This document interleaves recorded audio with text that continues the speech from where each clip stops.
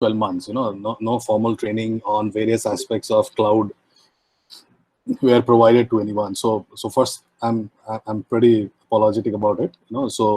But hence going forward, we are working on a lot of training plans and a lot of booting up of in terms of knowledge for all the all you guys. So this is just a start. There are many more series that is going to come apart from the ones which have been declared. The 7-day series which has been declared. Apart from that, there will be many more training that will be coming out. All the leads are working together, and I know they have taken a lot of feedbacks from you guys. Okay, and based on all the feedback is more or less being addressed, in the form of training. So we essentially decided that we will start this with the basics of AWS. When I say basics, we are not going to very basic, but yes, since the audience consists of L1s and L2s and L3s to anyways, a lot of people would be knowing many of the things that we will be talking in the next 4 or 5 days. But in the interest of knowledge, you never know. Every training you pick up something new. Okay, so we are going to work on. So I could not. Another bad news is that I could not spend a lot of time in creating PPT. I had fixed some time in the afternoon today, but even that was hijacked by another meeting. So I actually could not spend a lot of time. But I have done some work in the last half an hour that I got. I shut off my phone and we were I was just kind of trying to work on. So in this session, we'll be working on. We'll be trying to understand what is Route 53, CloudFront, and WAF. So I'll not be repeating WAF. I believe WAF, Bharat yesterday had given a very good introduction to WAF and how WAF can, safeguard you from being hacked. Okay, so I hope, and I saw that there was a good audience yesterday also. So I hope that was an interesting session. Okay, I can always take questions around it, but in case you don't want to talk now, which I've been seeing a lot of people don't talk on the web, I'm sorry, on this conferences, but you can always send a mail. Okay, so I don't know how many of you know we have something called I will write here, mentors@minfitech.com. Okay, so this mail ID has been created and is any mail that you this is created for quite some time now. There's nothing new, and I don't know how many of you are aware of this, but this mail ID is created where all the solution architects, all the senior solution architects receive this mail. Okay, and the only mandate we have is that any question that comes here has to be answered by someone who is in the mail group. You will get an answer. So anywhere, anytime, if you have any kind of question, even today regarding this training or off this training for anything that you're working on, send a mail to this. mentors@minfitech.com. People do use it. I've seen on and off people have been using this. But first thing I would like to say is that use this pretty frequently. Okay, then so let's start on what is Route 53. Okay, I would have loved this to be interactive in a classroom, but nevertheless, this is a monologue which we can look into. So what are we working on? Let's understand the use cases. And I love use cases. I'm a use case man. Okay, I love to hear use cases, and I also have a lot of use cases in my mind with a lot of stories that I can talk about with various clients and customers that I've been working over the last 20 years. Okay, so what is the first use case we are looking at? As a user, I would like to ensure that whenever I point a new domain to an IP, it should get propagated in the shortest possible time. Okay, so that I can make my website live, fast. It's a very simple use case. Okay. Then the second use case is, as a user, I would like to see that my portal is globally available to all the user at the same speed. Okay. End statement of use case missing, so that I can, serve all my customers at the same or satisfy my customer when it comes to access. Okay. Then third one is as a user, I would like to ensure that hackers do not deface my beautiful portal. Okay, by hacking it, and you have seen all the news that comes. Okay, so each of these is referring to the to the 3 topics that we are going to discuss. Okay, in fact 2. The third one is already done, so I will not cover that again. There is already a recording of that, and recording would be accessible to everyone. Okay, so that you can look at it again at your free will, whenever you want. So let's understand, let's understand what is DNS. So I've done this quick, most of these things you can find on the net. I've also just copied. I mean, this is what you're seeing is copied directly from AWS. Okay, in terms of what is DNS. But this forum is good for me to explain, bring your attention towards one particular topic. So hence I thought I'll just pick it from there. That is the best place to learn. So where do you learn? Okay, this is important for us to understand. Whenever you want to learn or look at something, okay, you go to the FAQs. Okay, anything, let's say CloudFront FAQs. So AWS provides few very simple FAQ is the best place to learn AWS. Okay, right from what is CloudFront to all the features, what all it can do about CloudFront, everything you can find here. Okay, you don't need any training, you don't need any videos, you don't need nothing. Okay, but what the training and videos do, feature-wise, you'll know CloudFront, but it may become a little difficult for you to visualize as to where will you use CloudFront. Okay, so if you want to write, that associate certificates and all, just read the FAQs. Okay, and you'll get it. All you need is where to use is what I'm going to tell you. Similarly, any topic, you say Route 53, everything has an FAQ. Just go and read there. Okay, so let's come back. So to DNS, what is a DNS? It's a domain name system. There is a spelling mistake which I generally hate a lot. Okay, and is a globally distributed service that translates human readable names like example.com into a numeric IP address. Okay, very simple terms. It is your address book of your phone, same as the address book of the phone, address book of the internet, right? So you should be always be wondering as to when you hit this www, how does a website open? Okay, so www definitely converts into an IP address, but where does that IP address come from? Okay, who tells your system that when you hit a www.minfitech.com or anything, you should actually, it should go and hit an IP on the server. So we all know the server is all about IPs. Okay, servers don't know anything apart from IPs, right? Is the domain name system that where you actually go and register the IP. So that there's a DNS. So Internet's DNS system works much like a phone book by managing the mapping between names and numbers. As simple as that, nothing very different about it. Okay, DNS server translates requests for names into IP address, controlling which servers and end user will reach when they type a domain name to their web browser. These are called queries. So we call it domain name queries. So it's just like think of it as your database query. Your browser URL is nothing but a enabler to reach the database of the domains. Okay, just the way you say select star, you go to a DNS and you say, hypothetically I'm saying select star, or select IP address from IP address table where IP domain is equal to example.com. So more or less this is similar to that. You just obviously don't do that. You just say www.example.com. It reaches the DNS. So how does it happen? Okay, you can see the link below. Everyone please go on mute. You can see the link below.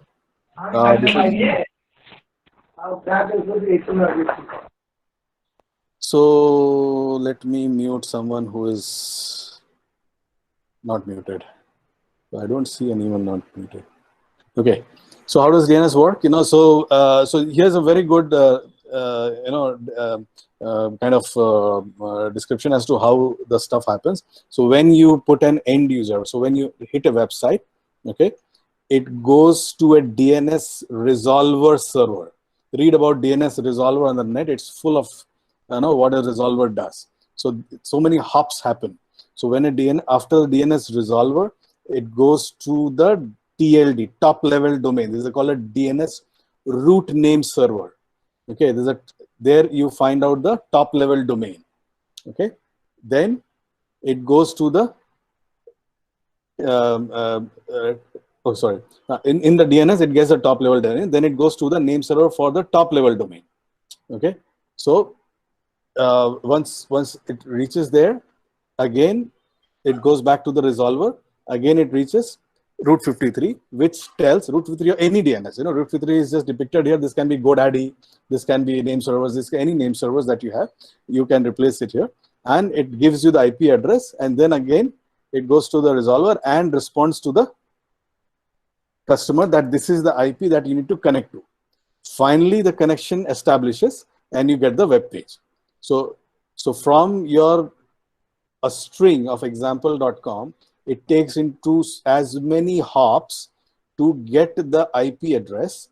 And once the IP address happens, then a connection is established between this domain and the servers for you to get a website. Okay, so this in effect, if I just show you, you know, there is a website called GTmetrix. I don't know how many of you are aware of GTmetrix. Okay, that is where you go and see the performance of your web page. Okay, so you see, let me enlarge it a little. Okay, zoom it in. So you see, basically it's saying that in the website. So this is minfitech.com.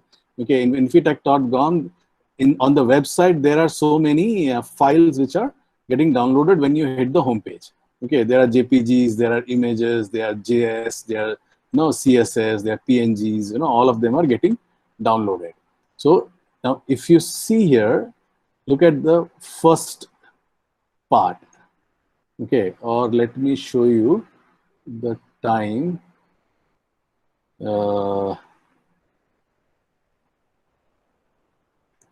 They're actually restricting a few things.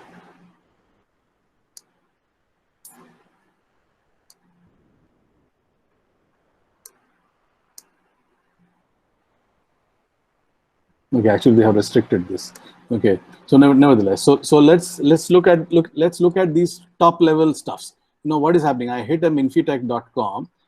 It called for a 217 bytes to move Minfitech HTTP to HTTPS. Okay, now then you see here this first green. Okay, let's zoom out of this place. Okay, and let's look at this. Now read this statistics. Okay, 0 ms, 4.1 ms. So total of 256 milliseconds it took to cross this stage, in which 4.1 millisecond it took for DNS lookup, and plus 36 minutes. So 0 minutes there was some blockings. Then another 4 milliseconds it took DNS. The DNS ended in 31.9 milliseconds. Okay, another 36 milliseconds it took to connect. 280 milliseconds it took for SSL handshake. Okay, then 777 milliseconds for sending. Okay, and then 634 for waiting. So if I just take a screenshot of this, okay, and kind of give me 1 second.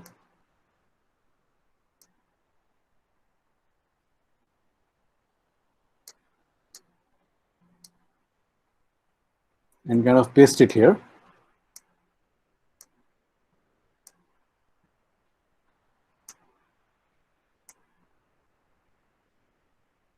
Now this portion is all about this. Last mate says receiving.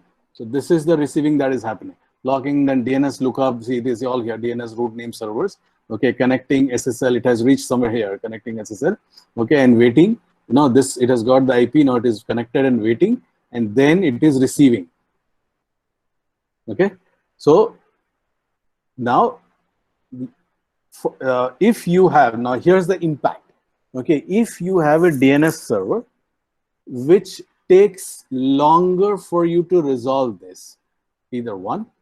Number two, if the DNS root and name servers are far, let's say you have your DNS root name server which is located in US. Okay, so what will happen is this, for this first connection, it will have latency. So the connection will start. It will go to the DNS server in US. From Hyderabad to US, the latency is 255 milliseconds. That is the latency you have from Hyderabad to any server in the US, maybe on the West Coast. Okay. Now, what we need to understand is that 255 millisecond latency is a huge difference, visible difference in speed. Okay.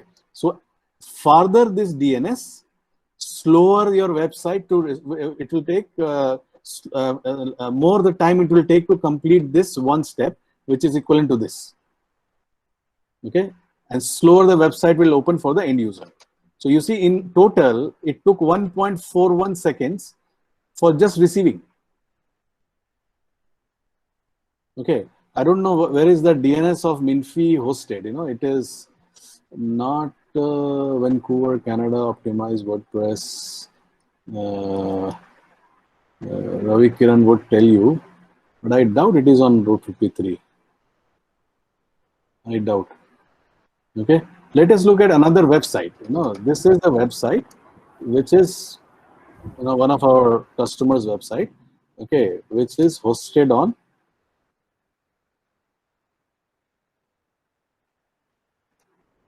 Let's see if we can generate the same thing.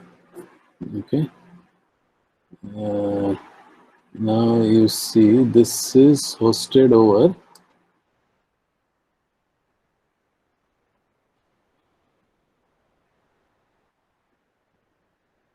user content. Okay, so this one is actually hosted on Cloudflare. Okay, there's a different DNS where it is hosted. Here, if you're seeing, it's taking 1.95 seconds for the receiving to start. 1.95 seconds. Okay, so the performance of this is much lower. Okay, let us see another website. If I can quickly do a GTmetrix. Okay, let's see. Give me 1 second. Huh?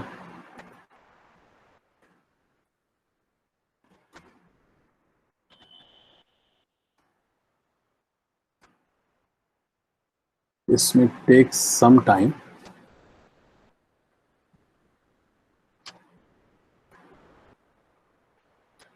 It's a 30-second wait. Okay. So let it happen. In the meantime, I'll just tell the thing. So first, so understand that a faster DNS is something which is very important for the speed of your website. How does it affect you? First big impact if the speed is slow.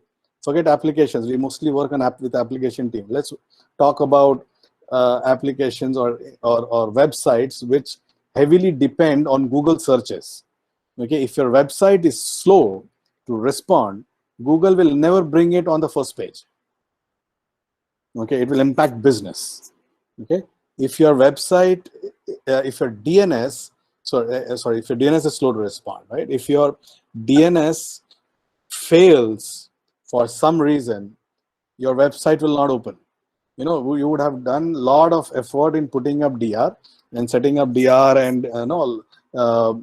putting backups and redundancy on your application, but you forgot that when the DR happens, you are going to point the domain from DC, an IP on DC to an IP on DR. Okay, and if you have done everything amazing, your DR is up within 1 hour, and when you go to change your IP address, it takes another 5 hours. Your purpose of putting up a DR is beaten. Everything is working, but there is no door to enter. Users will not be able to access your DR site because the DNS has taken a lot of time to propagate. Okay, so basically I am at the, I'm talking about this part where example.com points to 192. Okay, I will show you how the DNS also looks like. Let me just see if I got a report. Okay, here. Oops. Now let's see. See, now you see this difference, 538.8 millisecond. I am talking of the portion below. So let me take a screenshot of this also. Give me 1 second.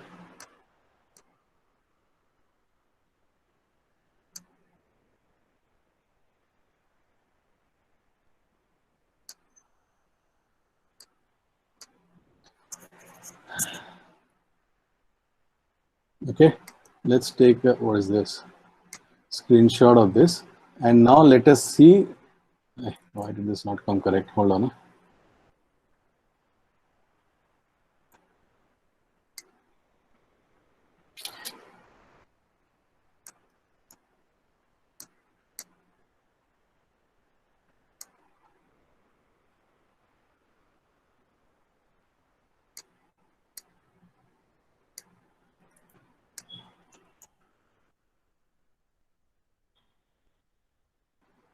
You see the difference?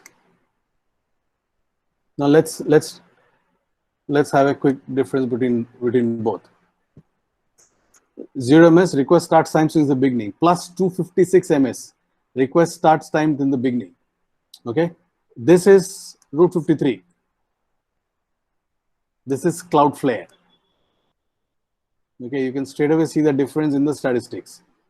From it immediately started, as long as we hit the stuff, it started in the same 0 ms and it ended at 538.8 ms. This has ended at 1.41 seconds, 3 times faster. Okay, you can think that this particular website, which I just opened on SchoolZP, is hosted, the page is sitting on S3 and CloudFront is pointing to it, right? That is our AWS, CloudFront and Route 53. It is Route 53, it is CloudFront, it is S3, pure AWS. Okay, you see the difference in speed, it's 3 times by the time it starts receiving. Okay, here first content full paint is 3.72 seconds, 1.52 seconds difference in speed. There can be a lot of other factors for this. Okay, but hence I am stopping at this place. Forget this part of it, but at least this page, this part, you can see the difference, pure difference between pure AWS stack, Route 53, CloudFront and S3 versus Cloudflare, DNS, and your CDN also on Cloudflare. Okay, so I hope it is clear how DNS can make an impact onto your on the speed of your portal. This may look very small numbers, milliseconds and seconds, but they have visible major difference when it comes to your experience as a customer who's visiting the portal. Okay, so I'm not able to see the reactions. If anyone has a question, please ask.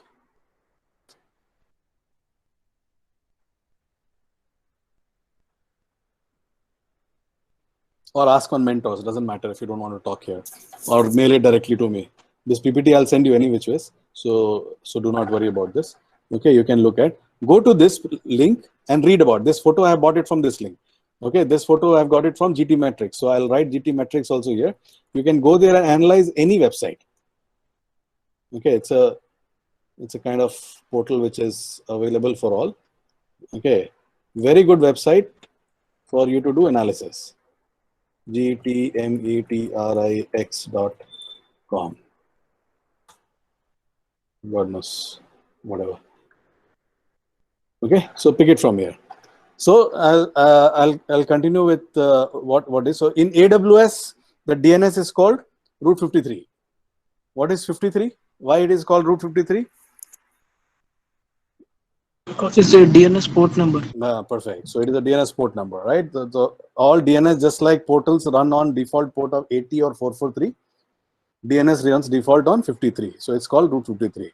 It provides highly available and scalable domain name system, registration, and health checking web service.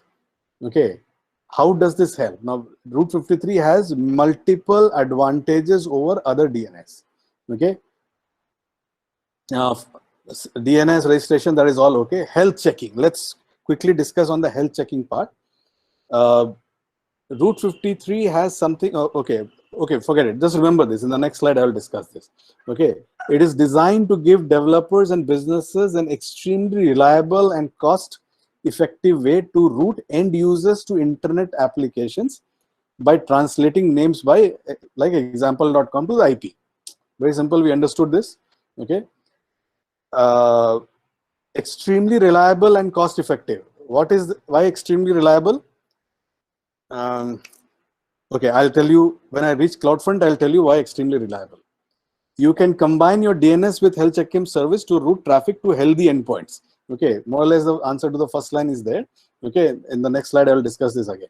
Route 53 effectively connects users' requests to infrastructure running in AWS such as EC2, S3, and load balancers. Okay, so I can using Route 53, I can connect to these particular endpoints on AWS, load balancer, EC2, and S3. So what are the key features? Traffic flow, easy to use and cost-effective global traffic management. Route end users to the best endpoint of your application based on geo proximity. Okay, now this is a very big feature which many of the DNS don't have, geo proximity. Okay, before that, let's understand. I should actually have done CloudFront first, then to make you understand this, but doesn't matter. So so whichever is the nearest DNS server to the place where you are right now sitting.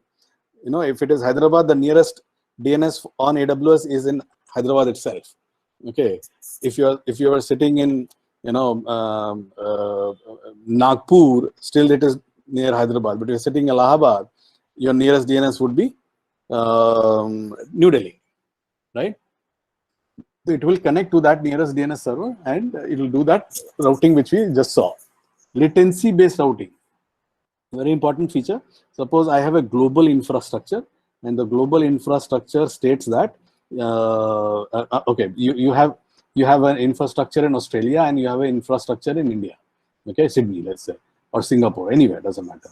So same clone you are using database master replications. Let's say, for example, using Aurora database. Okay, you have enabled master replication world over. Okay, you have a give me 1 second, get me some water. Give me 1 second.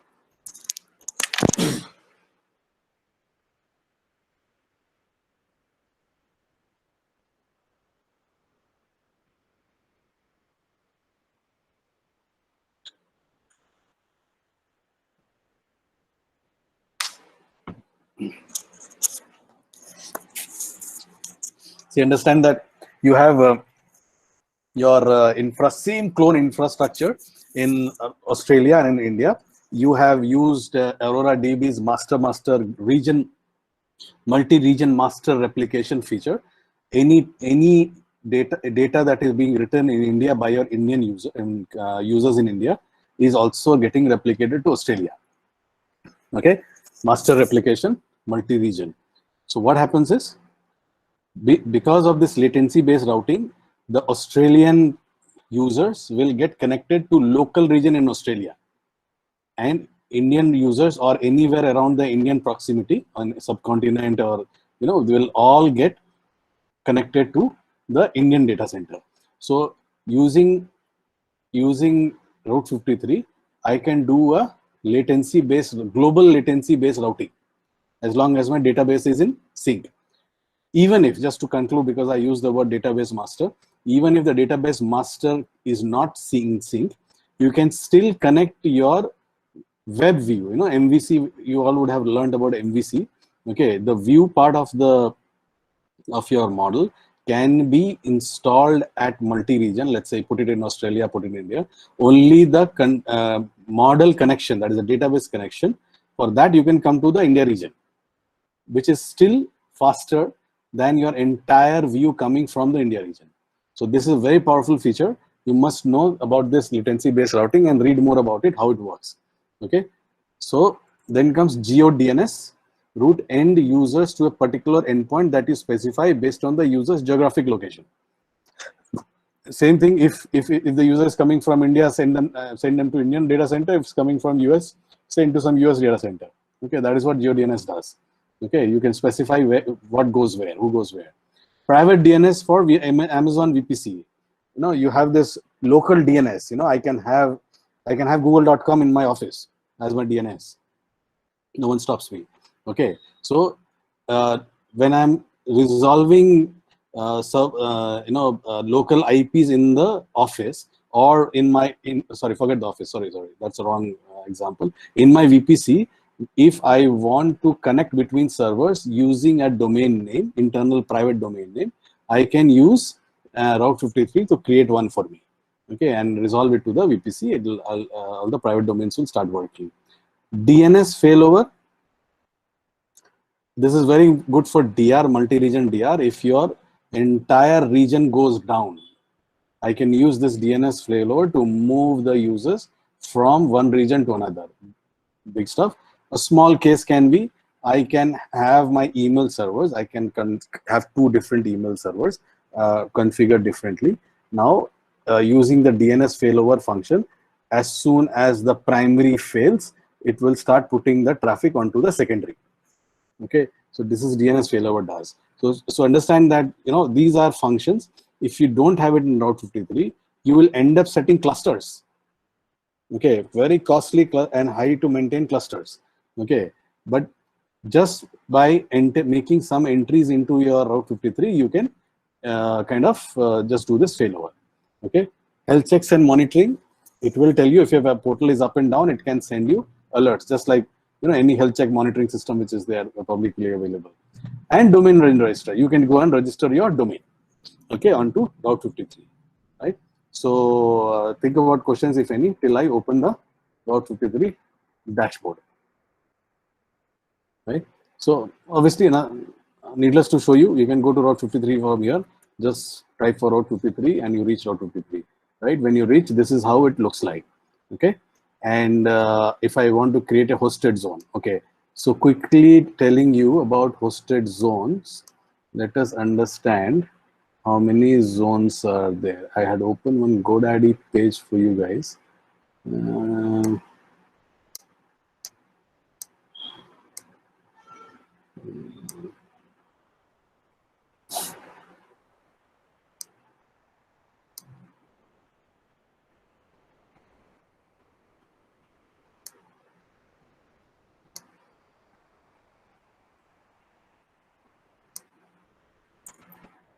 Oh yes, I have saved it. Okay. Here is this is a cloud. Okay, let me open a GoDaddy for you.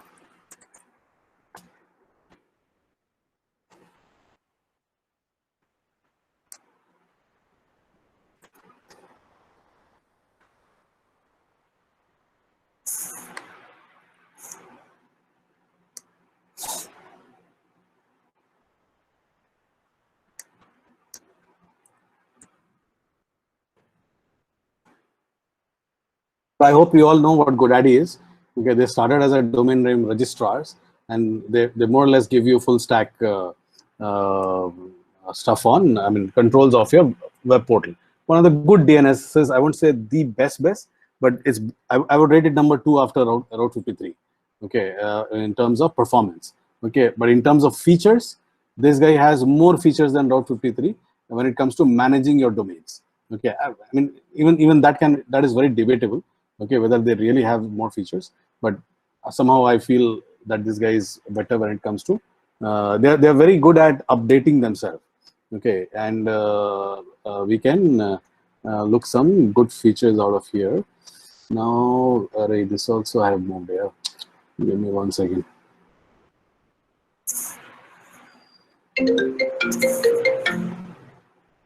Okay, we need to have a domain which I have not moved.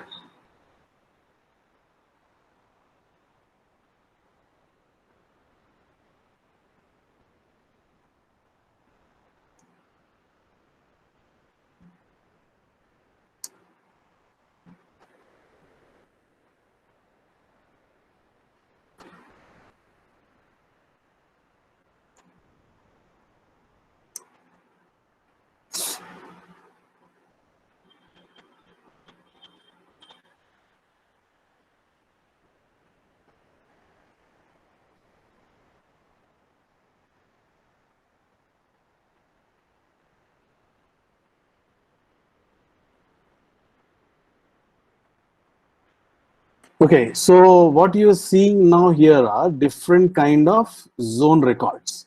Okay, understand that these are zone records. So what you should do is search for types of zone records. Let's say we say DNS. Okay, and try to understand what they are. Let me see if there is a better website for you guys. I will save it on the PPT.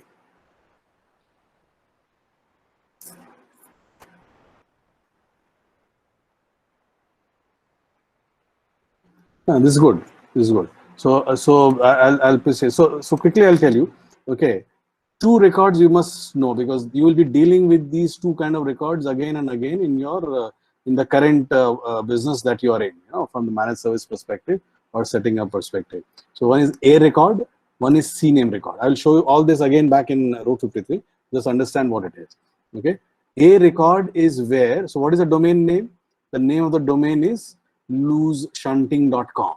This is the name of the domain. Okay, so we are saying now this line simply says A record @ is nothing but wildcard pointing to looseshunting @ anytime I give @ it will be looseshunting.com.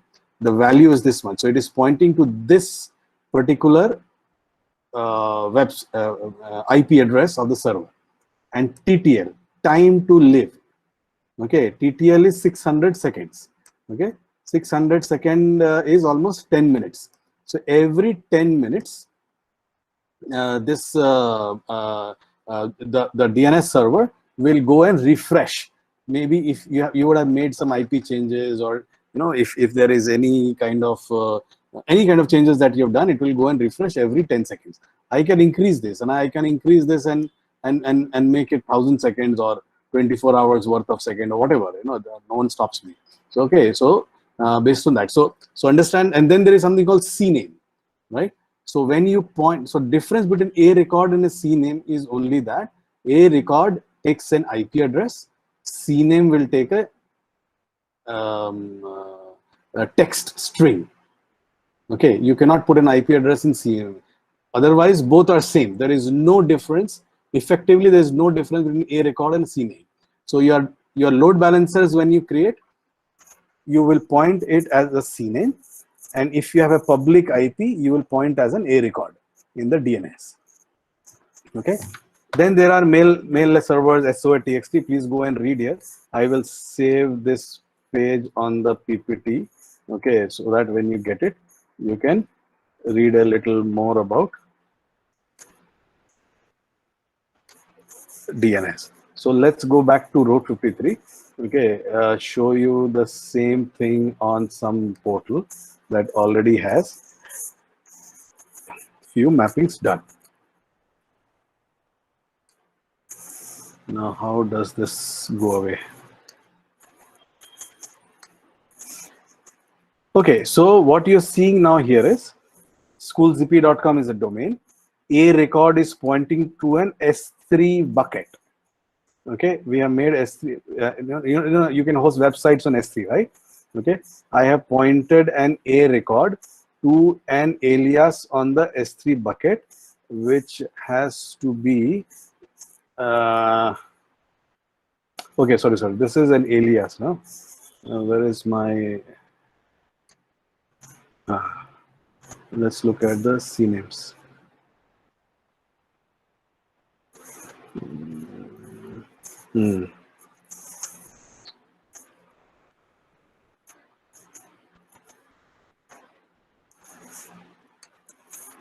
Okay, this has got an alias pointing. Give me 1 second. This is also S3. Let's look at this. Okay, now you see this website's homemakeover.il. A record is pointing to an IP address. This is where you see all the records. Okay, whatever record you want, read about all of these in that web page which I gave you. Okay, if there is a domain, just remember, if there is an IP address, you configure to the root. This is your root. Okay, and you put the value here and you say record set. This will immediately get pointed. Okay, if So how do you create a subdomain? See, www is a subdomain. So we should be having www somewhere. You see this, www.homemakeover.in. This is being so pointed to an alias, which is a S3 portal. Sorry, S3 bucket. Okay, for some setting, it doesn't matter what. But here I can, if I can simply put this IP address also under this www. Okay, it's saying IP address. I can a record. I can put an IP address. Okay, as simple as that. It will also get pointed. So I can create any kind of subdomain and I can point it to different IP addresses. So very recently, I was having a conversation with one of the guys, some other guys, non-Minfi. So the question is asking is, can I point multiple subdomains to a single IP? The answer is yes. Okay, I can have anything. I can create, let's say I create a record set and I say minfi.homemakeover.in and point it to the same IP. Okay, and I say create. What happened? Let us see if minfi.homemakeover has some effect.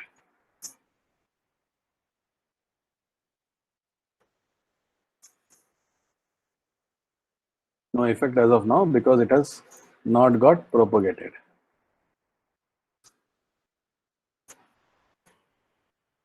Let's look in another 5 minutes, whether this will work very fast, if it has to work. Now let's go back to our PPT and look at the key features. Okay. So this is done. So I was creating PPT for CloudFront. I did not get time. So I just fished out something old. Okay. So let us understand. So any questions on Route 53? More or less, this is where it ends. Okay.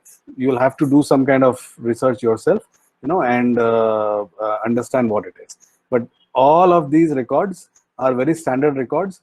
MX is for your mail exchange. That is what it is called, mail exchange. NS is the name servers. Okay, so when I'm talking of DNS, okay, when I was telling about DNS here, okay, the first portion of DNS, okay, where is this? Okay, where is this name server? Okay, this is the name servers. This is right now pointing to Route 53.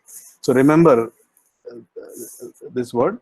I can book my domain anywhere. I can register my domain anywhere. It can be on GoDaddy. It can be on AWS. This is GoDaddy. Or I can register a domain. Okay, this domain I can register anywhere, but I can move my name server to any other DNS provider. Okay, so what have we done? You see, this is NS76. So let's okay, see this. This is pointing to NS75 domain control. Okay, this is another DNS. Now let's go back and try to see.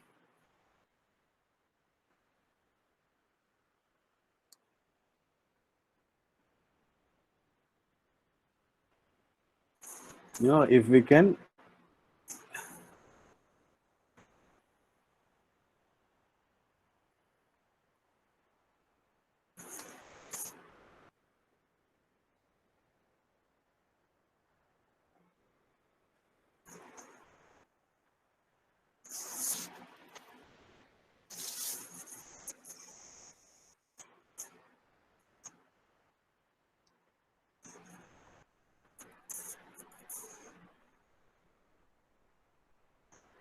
Okay, so what is saying? We cannot display your DNS information because your name servers aren't managed by us. GoDaddy is telling us, right? Because what I have done is I have moved the name servers. So what I did, I came here. So, okay, first step one, I go to Route 53 and this is what I'll go to the back to hosted zone. Do I have school ZP here? Let me see. It was there. Okay. So when I created, so what I did was I created a new hosted zone. Let's say demo to minfifolks.com. Okay, this has to be booked. I mean, otherwise I cannot do anything. Okay, I'm just giving you a demo right now. minfifolks.com. As soon as I say create, I get this NS. See, everything is empty. I only have the NS. So I can go to wherever I have booked. This domain is never booked, so I can go to GoDaddy or I can go to Route 53 and register this domain. Once I register this domain and I want Route 53 to control it, I will just go there. I will say change here. You see, these 4 values are there. I'll pick the values from Route 53, wherever it was. Here, these 4 values I will take and I will put in here. If I had registered, suppose this name was demo2minfifolks.com. Suppose I had booked that, this was demo2minfifolks.com. I would have had this page. I'll go there, I will change this and I'll say save. When I save it, the whole control of that website comes into Route 53. That is called NS, name server change. NS records. These are all records are called NS record, name server records. Okay, so I'll delete this, otherwise it will cost me. It costs you not much. It's just $1 per hosted zone that you create. Right. So right now this is costing me $4 a month. I can even delete this because I don't want to use this. Okay, so before deleting, I have to clear all the domains inside, right? So more or less, this is what it is. Very high level discussions can happen again into the details of what needs to be done. Now let us see CloudFront. Okay, so what is CloudFront?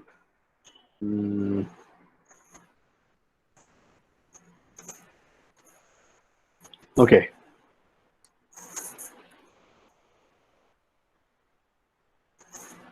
And we have few time left. Okay, I'll just finish.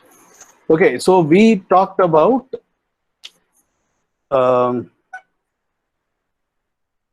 CDN. I mean, many of you would know what I'm going to say now, but for the few who would not be aware, okay, the CDN is basically a caching infrastructure. I mean, I would rather say a file caching system, object caching system. Okay, so by caching, what do you mean by caching? The funda of caching is very simple. You want a file.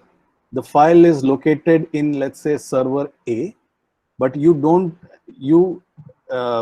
and on one side of it you have, let's say, 100,000 people who are going to fetch that file, same file, which doesn't change. So what you do is, if you don't cache it, all the 100,000 hits will come and hit your base server. So what you'll end up doing is you will end up creating a very large server to take the load of those 100,000 hits. Instead of that, what I do is I bring a CDN in between, which is a caching network, right? What CDN will do is, when the first hit comes, it will go to your origin, that is your server. It will go to your server, pick up that file and store it in its network, within its network. Once it stores within its network, after that, from the second hit onwards, all the 100,000 hits will be served from the CloudFront itself. Okay, this is HA architecture. We will be discussing this in one of the trainings in future. So here is the CloudFront. Here is S3. Just imagine, so I have my file sitting here. I have the CloudFront put up here. This is the user and 100,000 such users. When they will hit the CloudFront. First user, when it hits, CloudFront will go to S3, pick up the file, cache it here, and then serve it to the user. Next time, for the rest of the 999 guys, it will serve all the files from here only. It will not let them go there unless the TTL expires. TTL, as I showed you while Route 53, that is the so this TTL and Route 53 TTL have nothing to do with each other. They are all separate. Okay, here also I set the TTL. Once the TTL expires, then one request will go back. It will fetch the file again and come back. So let's say I have set the TTL to expire every 20 seconds. First 10 seconds or 20 seconds, 100,000 people have hit. Okay, first time it goes and fetches. For this server, there is only single hit. First time when it goes and fetches single hit, then it serves 100,000 users. 20 seconds have expired. Then it will go and take another hit and take that one file, and then serve the rest of the 100,000 users. So there are 200,000 users asking for this file, but your server is getting only 2 hits because of a TTL, right? So this is the core concept of CloudFront. Everything else is a setting. Okay, so I don't know if you guys understood again, and I cannot see faces, so I cannot understand. But that is how CloudFront works. Funda is TTL is the core of it. I will keep something to myself till you and serve people from my end itself, and come to the go down only once when my when the stuff at my endpoint has got exhausted, or I made it get exhausted, or whatever, you know. So that is what it is. So here is CloudFront. Okay, CloudFront, understand, CloudFront connects with your EC2. CloudFront connects with S3. Remember this. Okay, it connects with. I could not finish this PPT, but I'll just write it here so that you guys can at least visualize it.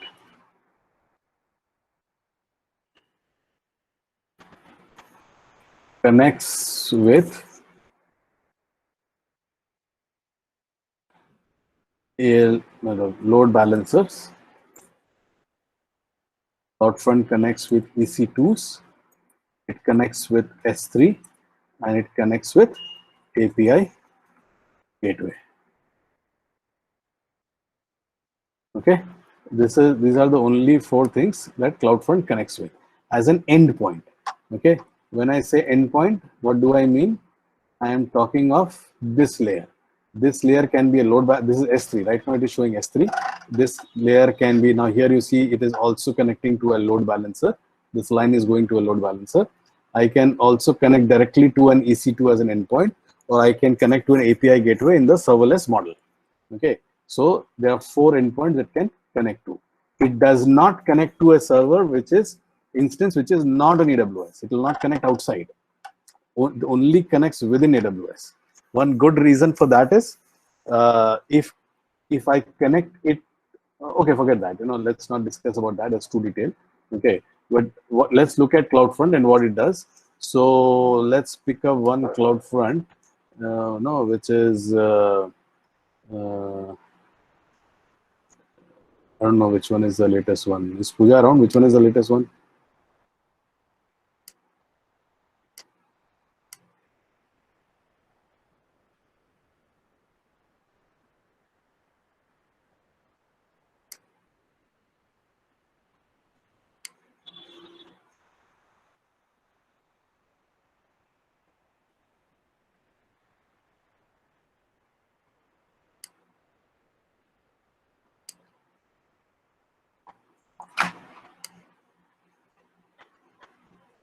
Okay, and you will just go with all.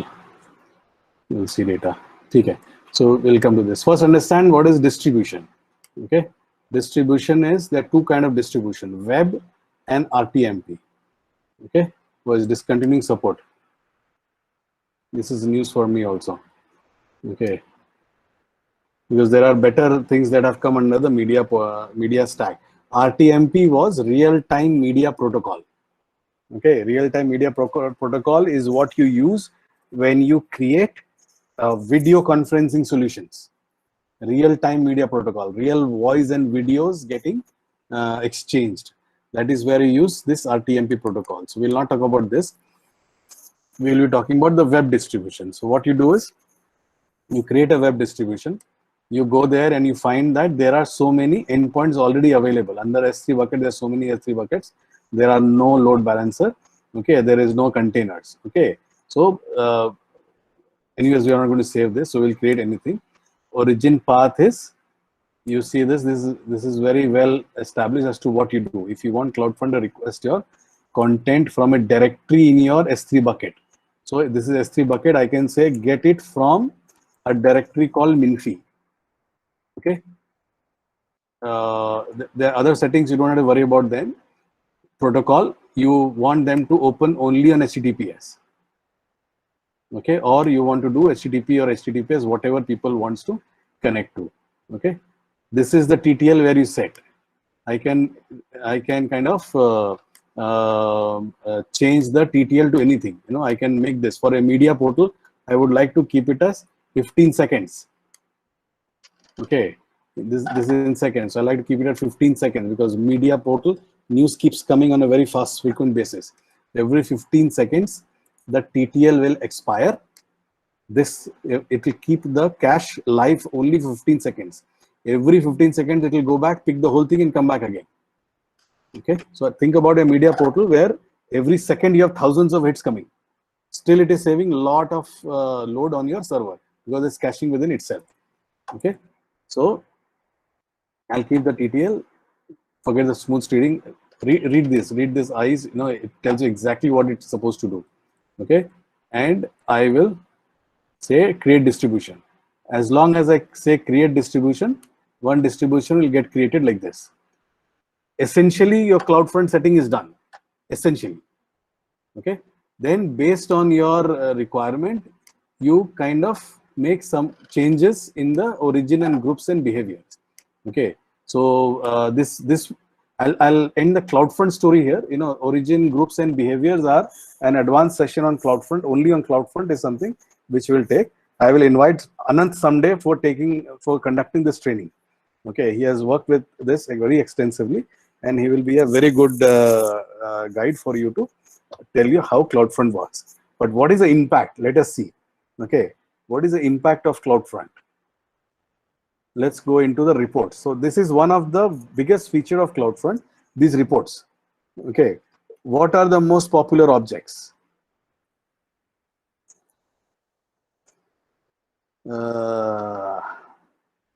I think this was it. Okay, what are the most you know this website, right? Anyways, you guys are in managed service, you are aware of it. Okay, so what are the most popular objects? So what is taking the most hit? One very important metrics I will tell you. Okay, and you should understand what is the difference between hits and misses.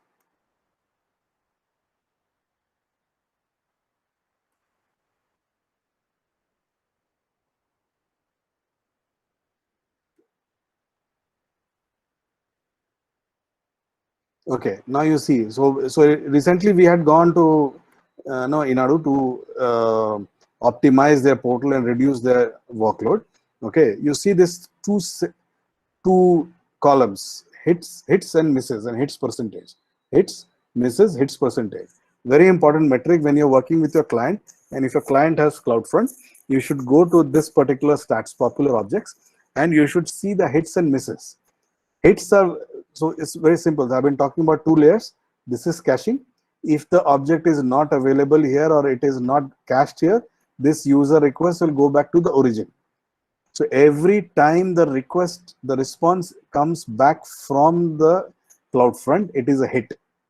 Every time the user is sent to the backend, it is a miss. Okay. A good configuration of CloudFront or a CDN, you should not see like this. Okay, 15%. Okay, let's look by the miss. You see this. There is some page, Inadu metadata.page, which is getting a lot of requests. You know, this is almost 72 lakh requests. 7.2 crore request. Okay, 99% is a miss. Oh, sorry. This is the opposite. Sorry. Let's look at this. Okay, comment page. You know, which is having almost 1 crore requests. Only 1.96% is a hit. Okay. So what I will do is, first thing I'll go and say, ki boss, what is this comment PHP? Why is it just because of this one page, so many users, instead of being served from the cache, are not being served from the server? Now, what is happening is, in the back end, you know, this is the link. Let's say this is exactly how Inadu is set up.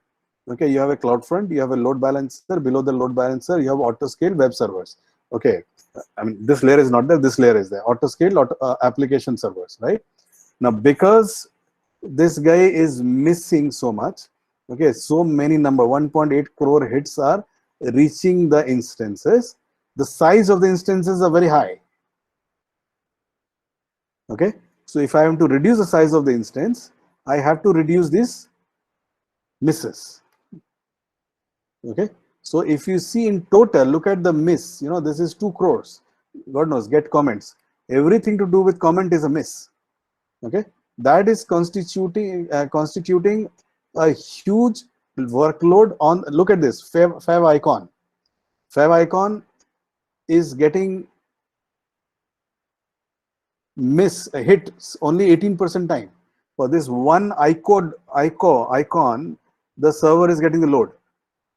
So if I'm able to optimize this, you know, if I take an average of this, okay, if I take average, I don't know if I can do it right away. Okay, if I can take an average of all the less than 50%, let's see if this works. I'm just taking a chance. Okay,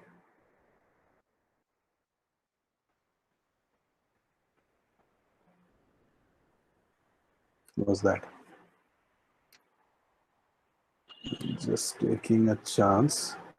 I'm sorry I'm taking more time, but I just want to see that at least something you take away from today. Okay, so let's say what is, okay, so this is percentage is working.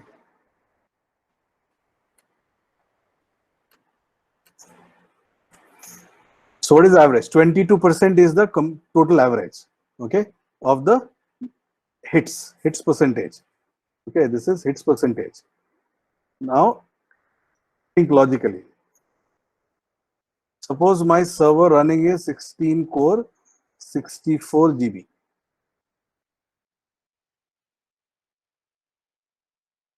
This is the server I'm running right now. If I increase this hit to 44%, oops.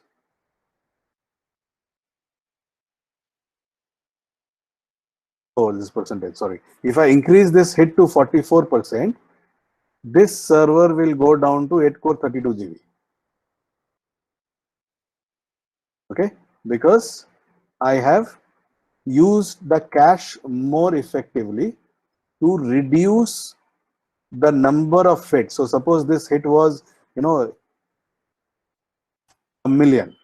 Okay, I increased to 44%. This hit goes down to 500,000.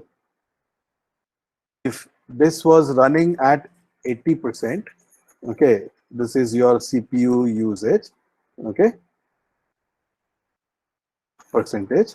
If it was running at 80%, I reduce, let's say this was the same server, I reduce it now to 40%. Okay, I can effectively bring it down to 32%, 8 core 32, but my server CPU usage will cross 90%.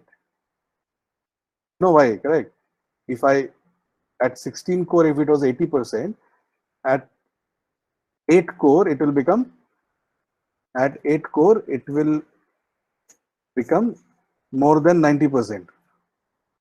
Okay, I hope this maths is, I'm able to explain this maths. Okay. If, okay, let me explain. I don't think I did. 1664, 100,000 users or 1 million users on a 1664 RAM, CPU usage is 80%. I reduce the users to 500,000, CPU usage has come to 40%. Now I want to optimize. If I reduce the size to half, on AWS you can do only half. If I reduce the size to half, on a full instance it was 40%, then on a half size instance it will run greater than 80%. Okay, this is still fine for me, right? So as now, if I increase this to 88%, I may be able to reduce this hit to 200,000. and I can run this on a 4-core 16 GB. Okay, what will I do for this case? In this case, all I will have to do is I'll have to ask my development team, which I would have done. I've told these guys, but they have not done it yet. I would have just worked on this comments page and make it, more cacheable. Okay, as of now, that comments page is not cacheable, right? It is dynamic. If it is dynamic, you cannot cache it, right? I would have created the front end static, and only when the page opened and the front end loaded, I would have used Ajax or or jQuery's to Ajax to bring the data from the database. So all my view would have got cached, right? So you see this, how you reduce the cost of your infrastructure by effectively using CloudFront. Okay, so remember, this is a very important metrics. Anytime if a customer is using CloudFront and he's complaining of high the bills which are higher, you should go to this metrics. First thing, go to popular metrics and look at what are you hitting and what are you missing. Tell them ki bhaiya, this miss is not good.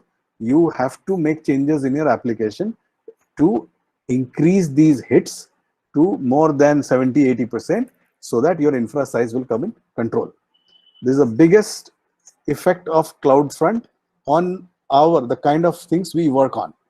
Okay, so I hope you understand as to how to start using CloudFront. How to create CloudFront is a very simple thing. Actually, there's not much of science behind it. Okay, it's just about knowing what is what, which Anant will set it for you. But otherwise, what to do with the statistics is very important. Okay, so that needs to be understood. So with this, more or less, I'm bringing this session to an end. Okay, and what else? So PPT, I did not have many things. Okay, when I'm explaining the HA architecture, which I had also done in the classroom earlier, when in office. Okay, that time I can explain you further on how to use this HA and scalable web architecture and how we used it effectively for the Inadu case to bring down their cost. They were spending 40K a month. Right now they're spending 20K a month. Okay, and I have promised them that if they make these changes which I have suggested them, it will come down to 5K a month. Okay, I've already told them, I've given them a target. If you do what I say, I'll bring it down to 5K a month. Right? Imagine the kind of money people have wasted, and now you know why our dear Mr. Bezos is so rich. Okay, so because people have been spending unnecessary money on AWS. Right? So yes, so this is more about it. WAF I will not conduct. I hope everyone had attended Bharat's session. That was a very good session actually. If you would like to understand what WAF does and what WAF controls, I would request I don't know whoever was recording it to send that link to everyone so that if someone wants to look at it again, they can look at it. Okay, so this is what it is. So if there is any question, I'll wait. Otherwise, we can finish.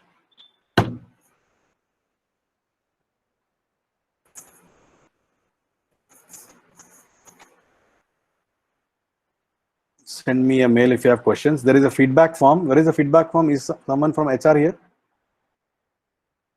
So I think they have sent you one feedback form. Please fill in the feedback form, okay, and send it across so that we can evaluate and we can make changes in our stack. Okay, so yeah, so keep attending the sessions. Sessions are many. You guys must be having. I also had, the list. I don't know whether I still have it. Oops, it's not there.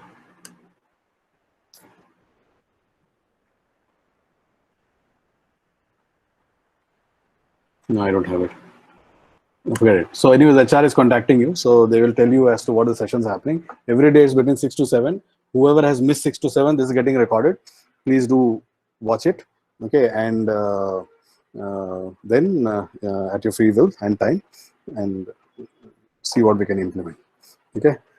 So thanks a lot, guys. Thanks for being here for the last 1 hour. I hope to see you again in the next sessions. Thank you. Thank you, sir.